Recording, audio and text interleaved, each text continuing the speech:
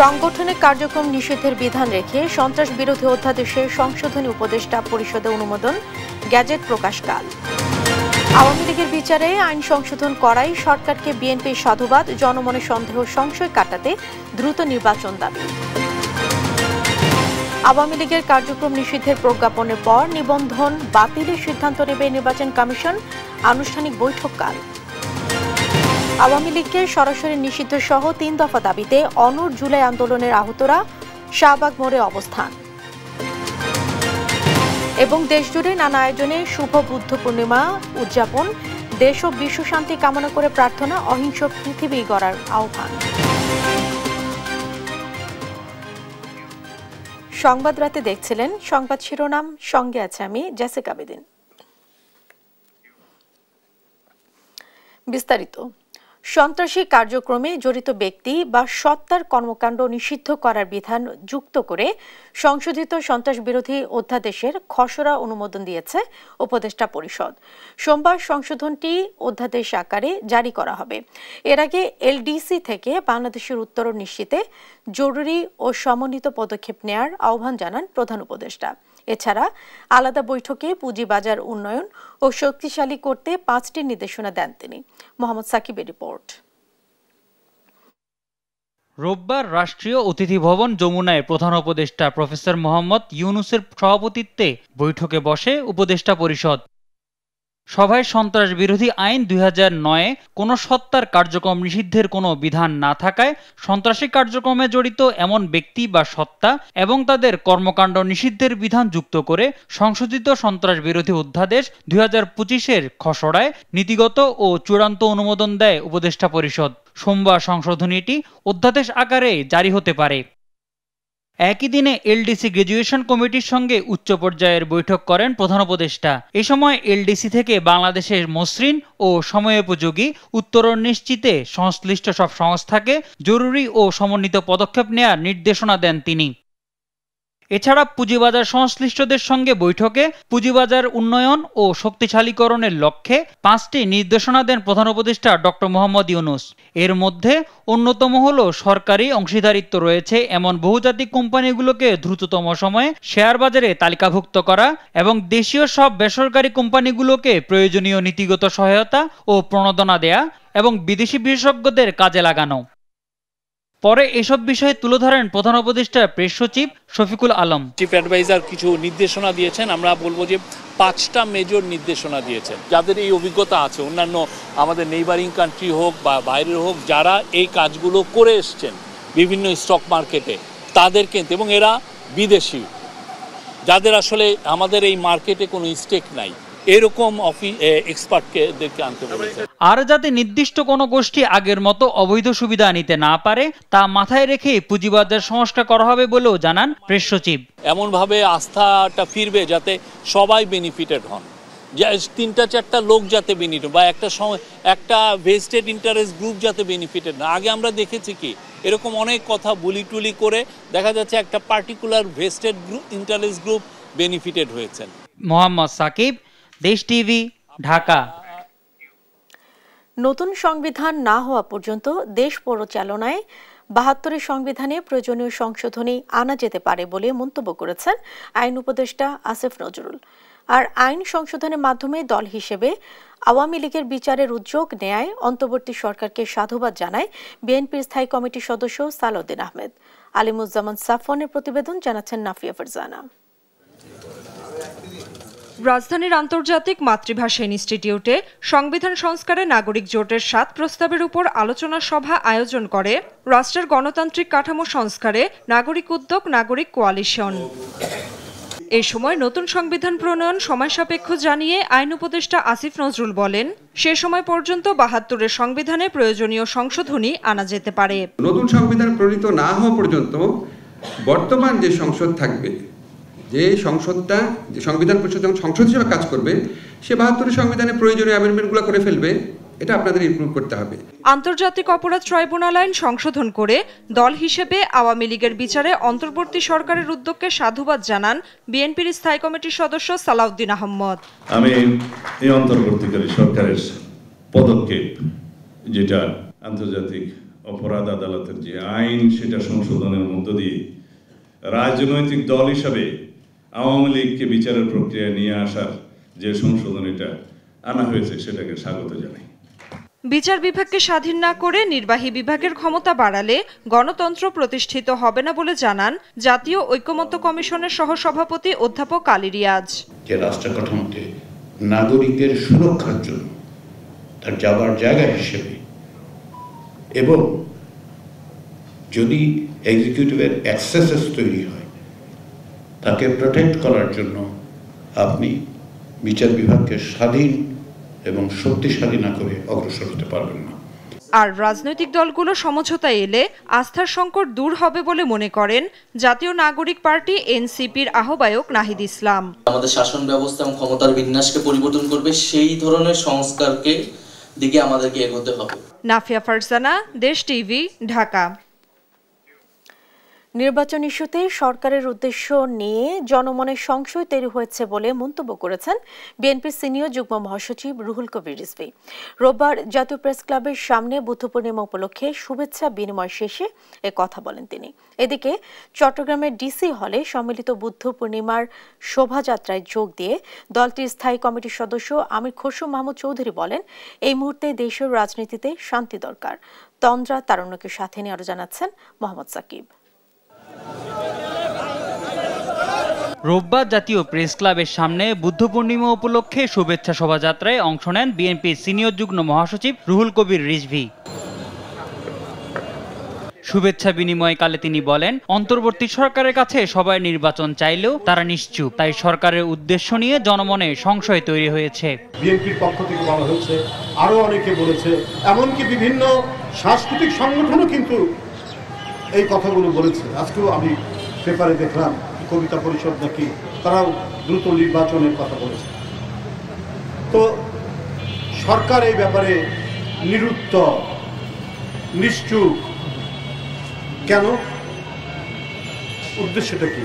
এখন তো মানুষ ধীরে ধীরে নানা ধরনের সন্দেহ করেছে। সীমান্তে ভারতের পুশিন নিয়ে সরকারের নীরব ভূমিকার সমালোচনাও করেন রিজভী। সাতক্ষীরা, কুড়িগ্রাম, খাগড়াছড়ি, মৌলভীবাজার এই সমস্ত সীমান্ত দিয়ে ভারত লোক ঢুকাচ্ছে বাংলাদেশে, পুশিন করছে। সরকার তো একটা কথা বলেনি। কোথায় খোদাবক্স, কোথায় সরকারের স্বরাষ্ট্র দপ্তর, কোথায় সরকার এই ব্যাপারে কোনো পদক্ষেপ নিচ্ছেন না? এদিকে চট্টগ্রামের ডিসি হিলে সম্মিলিত বুদ্ধ পূর্ণিমা উদযাপন পরিষদের শান্তি শোভাযাত্রা উদ্বোধন করেন বিএনপি স্থায়ী কমিটির সদস্য আমির খসরু মাহমুদ চৌধুরী। বলেন, এই মুহূর্তে দেশের রাজনীতিতে শান্তি দরকার। ভিন্ন দলমত নিয়ে নতুন দেশ গড়ে তুলতে হবে। আমরা বিগত 10-15 বছর অনেক অশান্তির মধ্যে থেকেছি। এত অশান্তিতে থেকেছে, সমাজ ভেঙে গেছে, রাজনীতি ভেঙে গেছে, দেশ ভেঙে গেছে, ব্যবসা বাণিজ্য রীতি সব ভঙ্গ করে আমাদের সমাজকে ধ্বংস করে দেওয়া হয়েছে। আমরা একটা নতুন দেশ, নতুন সমাজ গড়তে চাই। শোভাযাত্রায় চট্টগ্রাম সিটি কর্পোরেশনের মেয়র ডাক্তার শাহাদাত হোসেন সহ সংশ্লিষ্টরা অংশ নেন। মোহাম্মদ সাকিব, দেশ টিভি, ঢাকা। আওয়ামী লীগের কার্যক্রম নিষিদ্ধের প্রজ্ঞাপন জারির পর দলটি নিবন্ধন বাতিলের বিষয়ে সিদ্ধান্ত নেবে নির্বাচন কমিশন। এ নিয়ে আলোচনার জন্য আগামী সোমবার বৈঠক ডেকেছে ইসি। রোববার নির্বাচন কমিশনের পক্ষ থেকে বিষয়টি নিশ্চিত করা হয়েছে। বলা হয়, গ্যাজেট প্রকাশ হলে নির্বাচন কমিশন বিষয়টি নিয়ে আলোচনা করবে। কমিশনের আলোচনার পরই সিদ্ধান্ত হবে। গেল দুদিন ধরে আওয়ামী লীগ নিষিদ্ধ সহ বিভিন্ন দাবিতে রাজধানী সহ সারা দেশে বিক্ষোভ করেছে ছাত্র জনতা। শনিবার রাতে গণদাবির প্রেক্ষিতে জুলাই-আগস্ট আন্দোলন ঘিরে গণহত্যার বিচার না হওয়া পর্যন্ত ক্ষমতাচ্যুত আওয়ামী লীগের কার্যক্রম নিষিদ্ধের সিদ্ধান্ত নিয়েছে অন্তর্বর্তী সরকার। আওয়ামী লীগ নিষিদ্ধ সহ 3 দফা দাবিতে রাজধানীর শাহবাগে সড়ক অবরোধ করেছেন জুলাই আন্দোলনে আহত যোদ্ধারা। রোববার সকাল থেকে সন্ধ্যা পর্যন্ত সড়ক অবরোধ করে রাখেন তারা। অবরোধ তুলে নিলেও এখনও তারা মোড়ে অবস্থান নিয়ে আছেন। জুলাই যোদ্ধারা টাকার কাছে বিক্রি হয় না জানিয়ে আন্দোলনকারীরা বলেন, শুধু কার্যক্রম নয়, আওয়ামী লীগকে চিরতরে নিষিদ্ধ করতে হবে। মোহাম্মদ আলাউদ্দিনের রিপোর্ট। 2024 সালের জুলাই আগস্ট গণ অভ্যুত্থানে হতাহতদের উন্নত চিকিৎসা এবং আওয়ামী লীগকে চিরতরে নিষিদ্ধ সহ 3 দফা দাবিতে শাহবাগে সড়ক অবরোধ করেন আহত জুলাই যোদ্ধারা। রোববার সকাল থেকে এই অবস্থান কর্মসূচি চালান তারা। এ সময় তারা বলেন, আওয়ামী লীগকে চিরতরে নিষিদ্ধ করে অবিলম্বে 3 দফা দাবি পূরণ করতে হবে। প্রধান উপদেষ্টা বরাবর প্রধান উপদেষ্টার কাছে একটাই চাওয়া, আমাদের আওয়ামী লীগ লাগবে না, আওয়ামী লীগ বয়কট, আওয়ামী লীগ বয়কট চাই। আর দ্বিতীয়ত আমাদের চিকিৎসা, আমাদের সুচিকিৎসা, আমাদের চিকিৎসা হচ্ছে না। আমার আহত ভাইরা যে পর্যন্ত নিহত ভাইরা তালিকা পূর্ণাঙ্গ প্রকাশ না পাবে, যতক্ষণ পর্যন্ত প্রত্যেকটা ভাই বোনেরা আর্থিক সহযোগিতা না পাবে, ততক্ষণ পর্যন্ত আমি দৃষ্টি হারানো নাজমুল হক একটা সহযোগিতা এই রাষ্ট্রের কাছ থেকে নিতে চাই না। আমি চাই প্রত্যেকটা মানুষকে সার্বিক সহযোগিতা করা হোক, পুনর্বাসন করা হোক, চিকিৎসা নিশ্চিত করা হোক, আমাদের গাজী হিসেবে স্বীকৃতি দেওয়া হোক। তারা আরও জানান, জুলাই যোদ্ধারা কখনো টাকার কাছে বিক্রি হয় না। এরপর 24-এর গণ অভ্যুত্থানে অন্যতম সমন্বয়ক হাসনাত আব্দুল্লাহকে শাহবাগে এসে সংহতির আহ্বান জানান তারা। আওয়ামী লীগকে নিষিদ্ধ ঘোষণা করা হবে তাই বলে চলে গেছে। তাহলে আমাদের যে বলা হয়েছে 3 দফা, জুলাই সনদ দেওয়ার কথা, সুচিকিৎসার কথা, এগুলোর কথা কিন্তু ওরা বলে নাই, আমাদেরকে রেখে চলে গেছে। তাহলে আমাদেরটা আমাদেরই করতে হবে। হাসনাত আব্দুল্লাহ ভাই, আমরা জেলা উপজেলায় যোগাযোগ করতে পারবো না, এখানে আমরা আপনার শাহবাগে উপস্থিত হয়েছি, শাহবাগে আপনাকে আসতে হবে, আমাদের দাবি পূরণ করতে হবে। এরপরে আপনি কি বলতে চান বলবেন। রোববার বুদ্ধ পূর্ণিমার সরকারি ছুটি থাকায় অবরোধ কর্মসূচির জন্য আশপাশের সড়কে যানজট দেখা না গেলেও অ্যাম্বুলেন্সের মতো জরুরি সেবাদানকারী যান চলাচলে কোনো বাধা দিচ্ছেন না আন্দোলনকারীরা। মোহাম্মদ আলাউদ্দিন, দেশ টিভি, ঢাকা। রাজনৈতিক দলগুলোর সাথে আলোচনা করে আওয়ামী লীগকে নিষিদ্ধ করলে ভালো হতো বলে মন্তব্য করেছেন জামায়াতের আমির ডাক্তার শফিকুর রহমান। তবে সরকারের উপদেষ্টা পরিষদ যে সিদ্ধান্ত নিয়েছে তাকে সাধুবাদ জানান তিনি। Bangladesh institute of planners VIP আয়োজিত নগর ও অঞ্চল পরিকল্পনা বিষয়ক ৪র্থ আন্তর্জাতিক সম্মেলন শেষে সাংবাদিকদের প্রশ্নের জবাবে এ কথা বলেন তিনি। জানান, সরকারের সদিচ্ছা থাকলে আগামী ৩০ কার্যদিবসের মধ্যেই জুলাই সনদ দেওয়া সম্ভব হবে। তবে এইসব বিষয়ে সরকার আগামীকাল প্রজ্ঞাপন দেওয়ার পর আরও বিস্তারিত জানাবেন বলেও জানান জামায়াতে আমির। আর প্রথম যেটা বলেছেন যে রাজনৈতিক অংশীজন যারা, তাদের সাথে আলোচনা করলে যেহেতু ম্যাটারটা একটা পলিটিক্যাল ম্যাটার, ভালো হতো, এটা আমরাও উপলব্ধি করি। এখন আমরা তো তাদের উপরে চাপাইয়ে দিতে পারি না। এটা তারা ভালো মনে করেছেন যে তাদের উপদেষ্টা পরিষদের বৈঠক করে তারা সেখান থেকে একটা ডিসিশন দিয়েছেন, ভালো হতো, নো ডাউট ভালো হতো অংশীজনের সাথে আলাপ করলে। তারপরেও যেটা হয়েছে, আগামীকাল কিভাবে আসে সেটা দেখার পরে আমরা গতিপথ নির্ধারণ করব ইনশাল্লাহ। উদরপিণ্ডি বুধর ঘাড়ে চাপিয়ে সাবেক রাষ্ট্রপতি আব্দুল হামিদের পালিয়ে যাওয়ার বৈধতা দেয়া হয়েছে বলে মন্তব্য করেছেন গণ অধিকার পরিষদের সভাপতি নুরুল হক নূর। দুপুরে রাজধানী বিজয়নগরে দলটির কার্যালয়ে সংবাদ সম্মেলনে এ কথা বলেন তিনি। আর দলের সাধারণ সম্পাদক রাশেদ খান জানান, নির্বাচন নিয়ে ধোঁয়াশা তৈরি হয়েছে, তাই সরকারের উচিত দ্রুত নির্বাচনের রোডম্যাপ দেয়া। একই সাথে আওয়ামী লীগের নিবন্ধন বাতিলেরও দাবি জানান তিনি। সন্ত্রাস বিরোধী আইনের অধীনে সাইবার স্পেস সহ আওয়ামী লীগ ও এর যাবতীয় কার্যক্রম নিষিদ্ধ করার সিদ্ধান্ত গ্রহণ করা হয়েছে। সরকারের এই সিদ্ধান্তকে আমরা সাধুবাদ জানাই।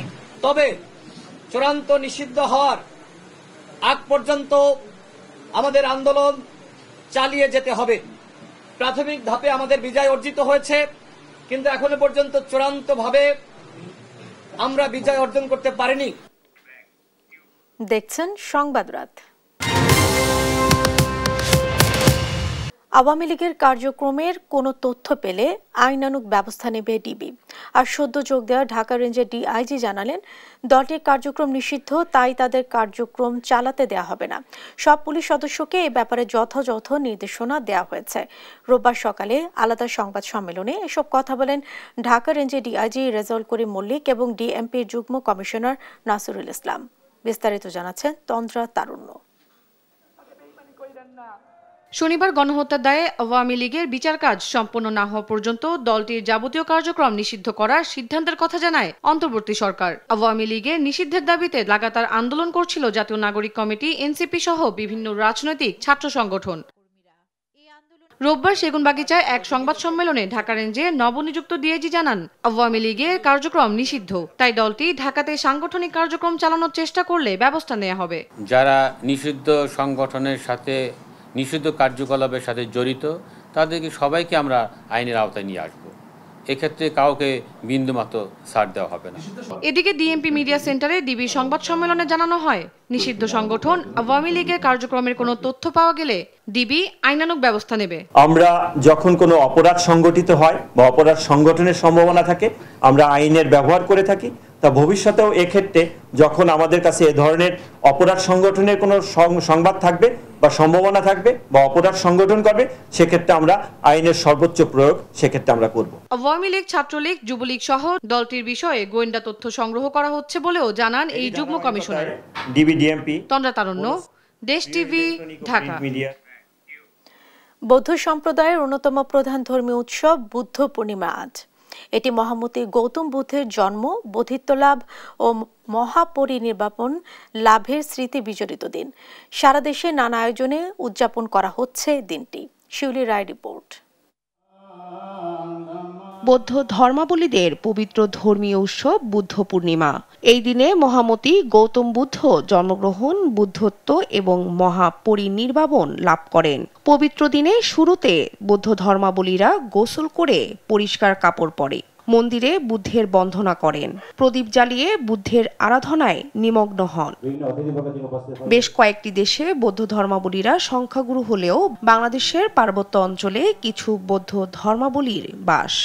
ঢাকায় সেই সংখ্যা আরো কম। তারপরও পবিত্র এই দিনে তারা নিজেদের মতন করে উদযাপন করেন। আজকের দিনে আমাদের গৌতম বুদ্ধের জন্মগ্রহণ করেছিলেন, তো আমরা সকালবেলা উঠেই আমরা পূজা করি, পূজা তুলি। আমরা 3 রকমের পূজা তুলি। সকালে উঠে ঘুম থেকে উঠে তো সবাই মানে পবিত্র হয়ে একদম বুদ্ধের পূজা টুজা রেডি করে বাসায় পূজা দিই, একটু বাসায় সবাইকে একটু প্রার্থনা করি, সবাইকে প্রণাম করি। ফ্রেন্ডের সাথে তারপর পূজা দিব, আম্মুর সাথে আসছি, তারপর পূজা দিব, তারপর এখানে বন্দনা করব।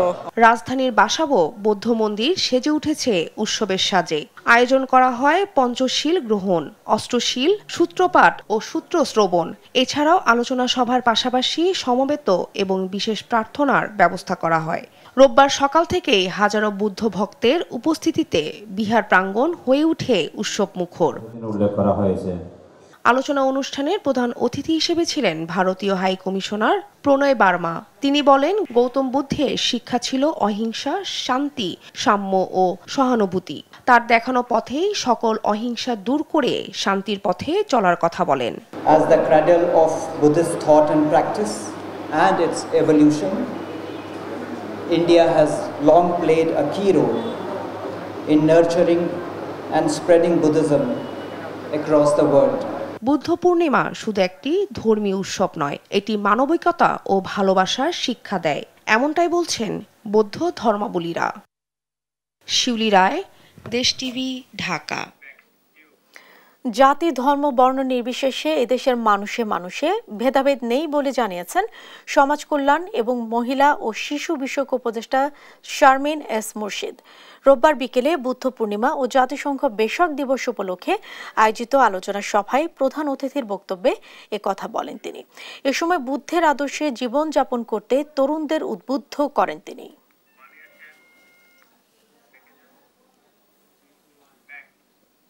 দেখছেন সংবাদ রাত।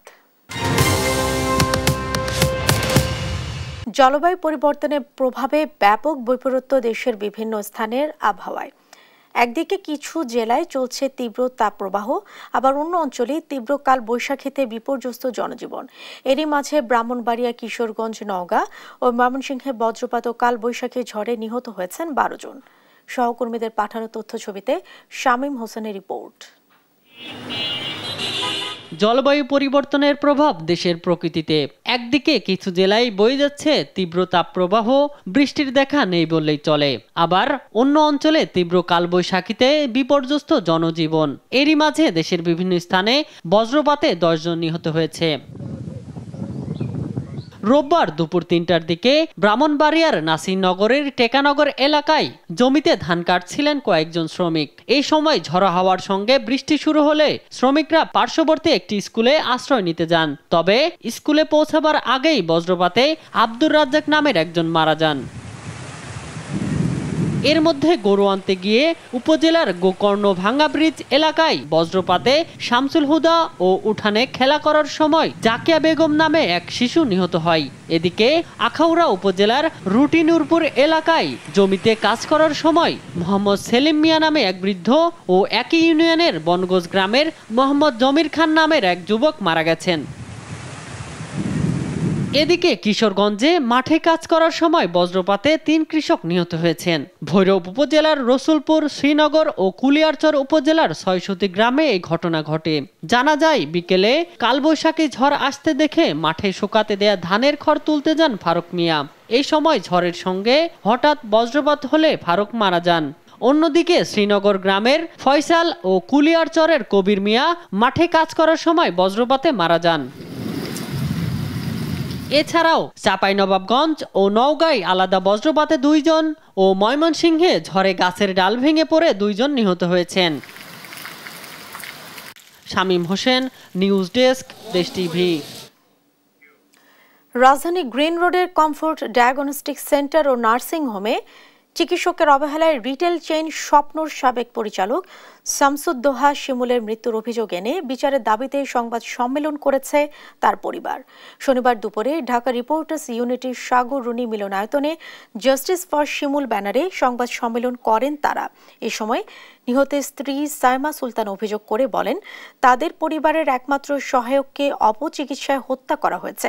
পরিবারের সদস্যদের দাবি, বাংলাদেশ মেডিকেল ও ডেন্টাল কাউন্সিল অভিযোগ এবং থানায় মামলা করে প্রতিকার পাননি তারা। সংবাদ সম্মেলনে উপস্থিত ছিলেন নিহতের স্ত্রী সাইমা সুলতানা, সন্তান আলিফ আল দোহা, আনিশা বিনতে দোহা এবং তার ভাগ্নে এবং মামলার বাদী রিয়াদ ইসলাম নাইম। দেখছেন সংবাদ রাত।